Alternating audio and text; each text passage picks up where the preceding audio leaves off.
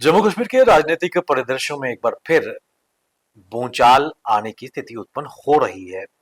और ये भूचाल राजनीतिक स्तर पर नजर आ रहा है क्योंकि आज जम्मू कश्मीर की पूर्व मुख्यमंत्री उमर महबूबा मुफ्ती की तरफ से एक बड़ा बयान सामने आया है। उन्होंने कहा कि अगर मैंने भारतीय जनता पार्टी के एजेंडे का समर्थन किया होता तो शायद जम्मू कश्मीर की मुख्यमंत्री मैं होती। एक बहुत बड़ा बयान महबूबा मुफ्ती की तरफ से आया है और उन्होंने इस स्टेटमेंट देकर जम्मू कश्मीर के राजनीतिक धरातल में हलचल पैदा कर दी है। स्पष्ट तौर पर उन्होंने कहा कि मैंने अगर भाजपा के एजेंडे का समर्थन किया होता तो आज मैं जम्मू कश्मीर की मुख्यमंत्री होती। और उन्होंने आज अपनी पार्टी के राजनीतिक एजेंडे और अपने सिद्धांत के साथ कोई समझौता नहीं किया, ऐसा कहना है पूर्व मुख्यमंत्री महबूबा मुफ्ती का। उन्होंने कहा कि अनुच्छेद 370 के हटने के बाद भाजपा ने पीडीपी को जिस तरह निशाना बनाया है उस तरह किसी अन्य पार्टी को भारतीय जनता पार्टी ने निशाना नहीं बनाया। और साथ साथ उन्होंने कहा कि जब हमने भारतीय जनता पार्टी के साथ सरकार बनाई थी तो हमने उनके उनके कश्मीर विरोधी एजेंडे पर अंकुश लगाकर रखा था। और ये भारतीय जनता पार्टी हमारी ताकत जानती थी और इसलिए उसने पीडीपी को समाप्त करने का इरादा लिया और हर संभव प्रयास किया है। और इसके लिए कई षड्यंत्र भी रचे गए हैं। और यदि मैंने उस वक्त भारतीय जनता पार्टी का एजेंडे का समर्थन किया होता तो आज मैं मुख्यमंत्री होती। एक बड़ी स्टेटमेंट महबूबा मुफ्ती की तरफ से आई है।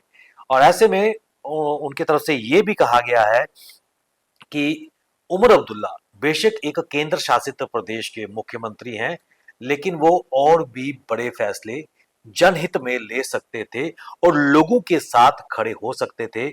लेकिन उनकी सोच सिर्फ और सिर्फ ट्रांसफर तबादलों को लेकर लड़ाई तक ही सीमित होती रह रही है। और इसके लिए एलजी और उनके बीच तनातनी देखने को मिल रही है कि किसको कहां पर तैनात किया जाए और किसकी कहां पर पोस्टिंग की जाए। उन्होंने कहा कि उमर अब्दुल्ला को अपनी कैपेबिलिटी और अपनी कॉन्स्टिट्यूशनल पावर्स पर भरोसा होना चाहिए।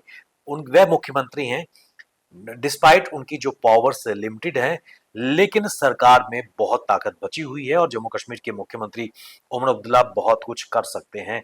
और खासकर जम्मू कश्मीर की जनता के साथ खड़े होकर खुलकर वो बात कर सकते हैं, लेकिन वो आवाज नहीं उठा रहे। और यही कारण है कि पीपल्स डेमोक्रेटिक पार्टी और मेरा बोलना बहुत महत्वपूर्ण हो जाता है, क्योंकि मुख्यमंत्री खामोशी इख्तियार कर चुके हैं।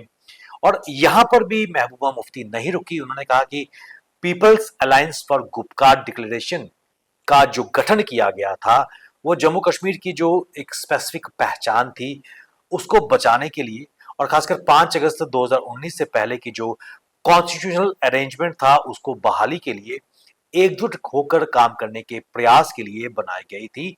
लेकिन वो भी कहीं ना कहीं राजनीति का शिकार हुई और पीपल्स डेमोक्रेटिक पार्टी ने अपने हितों को छोड़कर जम्मू कश्मीर के हितों को प्रायोरिटी दी है।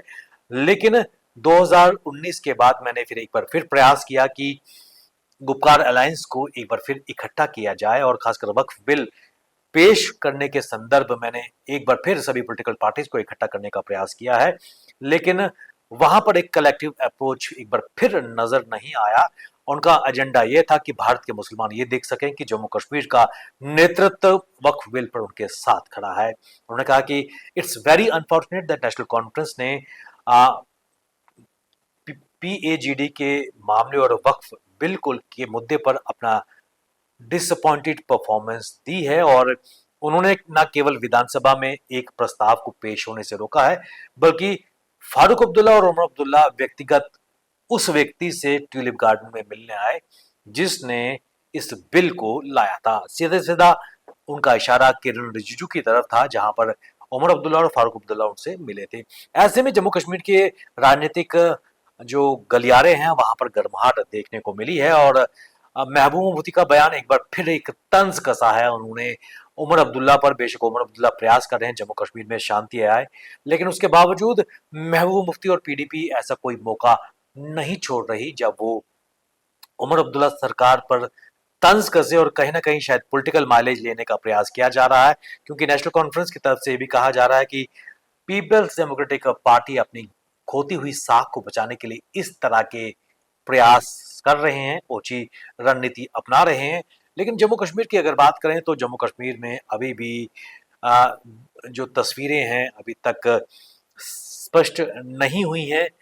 आ, जो डेलीगेशंस ऑफ पावर्स की अगर बात करें उसमें भी अभी तक क्लियरिटी नहीं आई है।